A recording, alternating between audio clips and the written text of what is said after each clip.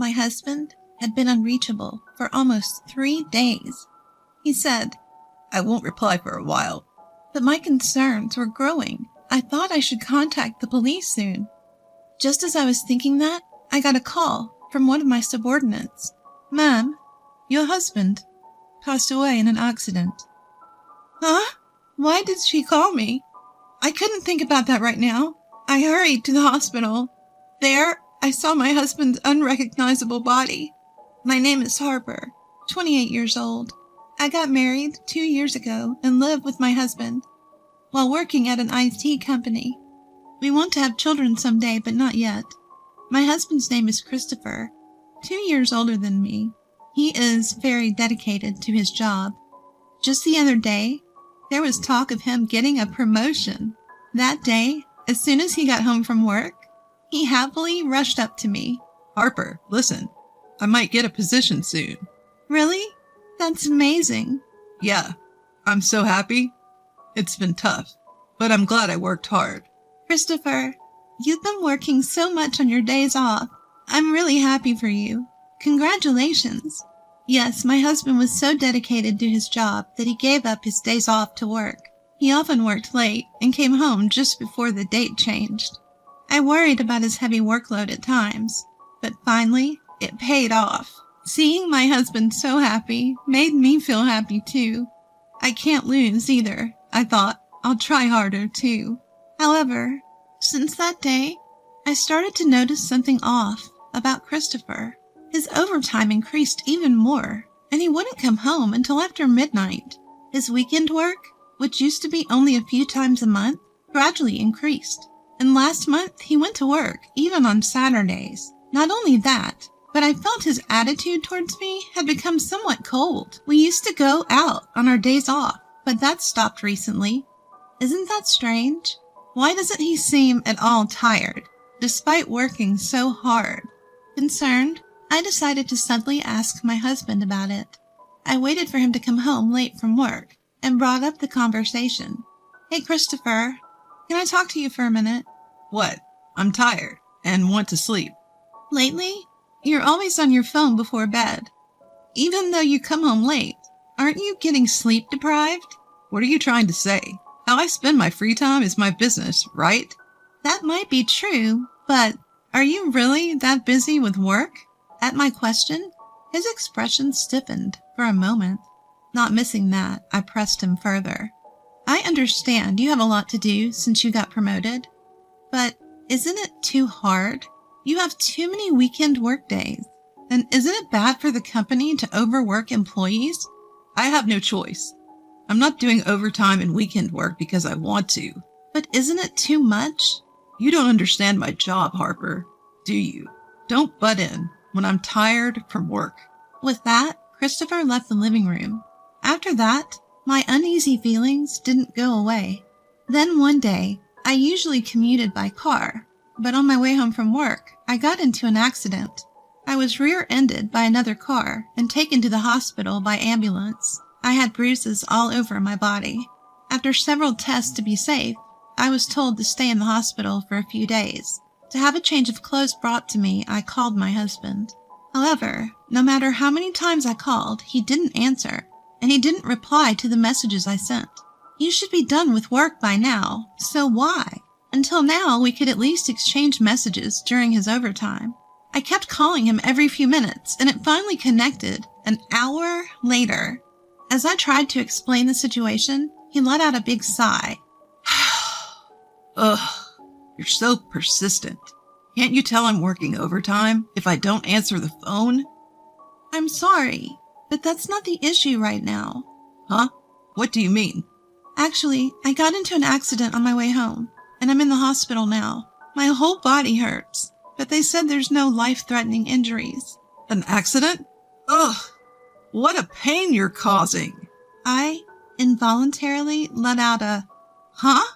at his unexpected response.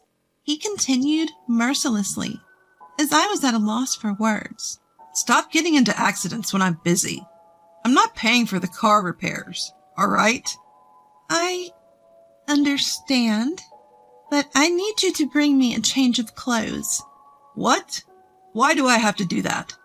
I'm tired from work, and it's like a punishment game to go to the hospital for someone who got into an accident due to carelessness. Carelessness?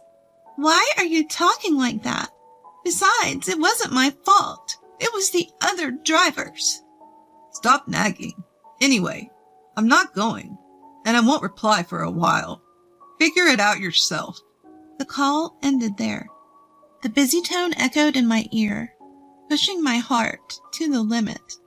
Before I knew it, I was in tears. Why did he speak like that? Aren't you worried about your wife who had an accident? He used to prioritize me over work. If I could, I'd want to get a change of clothes myself. My parents live far away, so I can't ask for their help. I sent several messages to my husband afterward, but he never brought my things. I had no choice but to buy everything I needed at the hospital store. Since then, I tried contacting my husband a few times, but 3 days had passed without a reply. He said he wouldn't reply for a while, but I was getting worried. No matter what, it's unusual not to have any contact for this long. What if he got into an accident too? That anxiety crossed my mind. That's when I heard a knock on the hospital room door. When I responded with yes, my coworker Jasmine, who I usually get along with, came to visit me. Jasmine, you came! Thank you!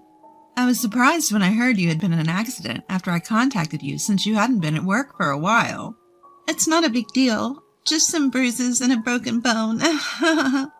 It's more than enough. But I'm glad. You seem to be doing well.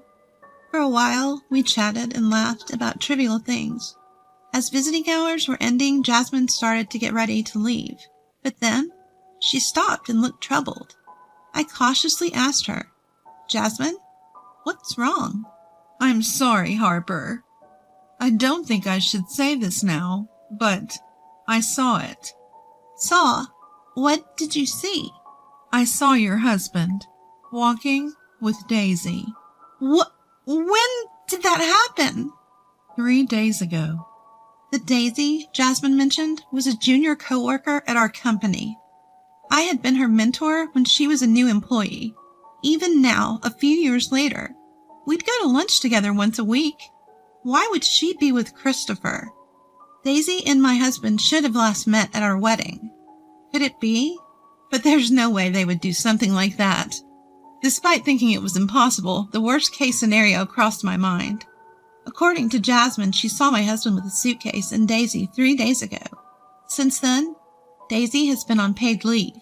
I hesitantly called my husband's office, and my suspicion was confirmed. He had also applied for paid leave 3 days ago. At that moment, my suspicion turned to certainty. My beloved husband and the junior I cared for, being betrayed by both of them at the same time. Probably my husband's increased overtime and working on weekends were because he was meeting her. No, maybe they were already involved before that. As I recalled my husband's suspicious behavior, more and more things started to make sense. So that's why he became so cold. Surprisingly, it all made sense to me. Unconsciously, I called my husband. I hardly contacted him these past few days, thinking he wouldn't respond anyway. He probably wouldn't pick up after just a few attempts. But I couldn't just let him do as he pleased. I kept ringing his phone until he answered. 30 minutes after I started calling, my husband finally answered, sounding annoyed. What's your problem? I told you I wouldn't answer for a while. Why? Are you so busy that you can't even answer a call from your wife? Of course, I'm working every day. Even though you're on paid leave until tomorrow, what kind of work are you doing? Assuming he hadn't been caught yet, my husband hesitated for a moment. Still thinking he could deceive me, he quickly started making excuses. What are you talking about? I didn't take any paid leave. No use playing dumb. I already confirmed with the company. No, well, actually, I just suddenly wanted to take it easy. I've been relaxing at home these past few days. Oh, really? With Daisy? Even preparing a suitcase? I already know everything. Just confess. I couldn't help but raise my voice. Then my husband, realizing he couldn't hide it any longer, revealed his true colors. Ah, so you found out. Yes, I'm on a trip with Daisy. Now that you know, stop bothering me, you ugly woman. So, that's how it is. Why? Why with Daisy? Why do you think? She's younger and cuter than you. For such a reason. Enough already. I'm having fun on this trip. Don't bother me. Don't worry. I'll divorce you when I get back. He said, "See ya." and hung up the phone. It was right after that. The love that I had for my husband turned into hatred. In an instant. I can't forgive him. To be betrayed in such a terrible way? I won't let them have their way. I'll definitely send them to hell. That's when I decided to take revenge on them. But before I could take matters into my own hands, divine punishment would come to them. The next day I was discharged from the hospital and started to regain some mobility. To prepare for my revenge, I opened my smartphone to search for a lawyer's office. Just then my phone rang. Daisy's name appeared on the screen. My husband's affair partner? Surprised for a moment, but I couldn't run away now. I gathered my courage and answered the call. Hello? Papa? Ma'am? I'm sorry. I'm so sorry. Isn't it common sense to apologize in person? Yes, you're right. But that's not the point right now. Huh? Daisy's voice was somewhat shaky. Then she said something that made me doubt my ears. Your husband has died in an accident. What? I was so shocked that I couldn't find the right words. Confused, I barely managed to respond to Daisy. He's dead? What are you talking about? Christopher is on a cheating trip with you, isn't he? Yes, that's true. But on the way home, Christopher got caught in an accident. According to Daisy's story, it seems the two of them were in an accident on their way home from the airport.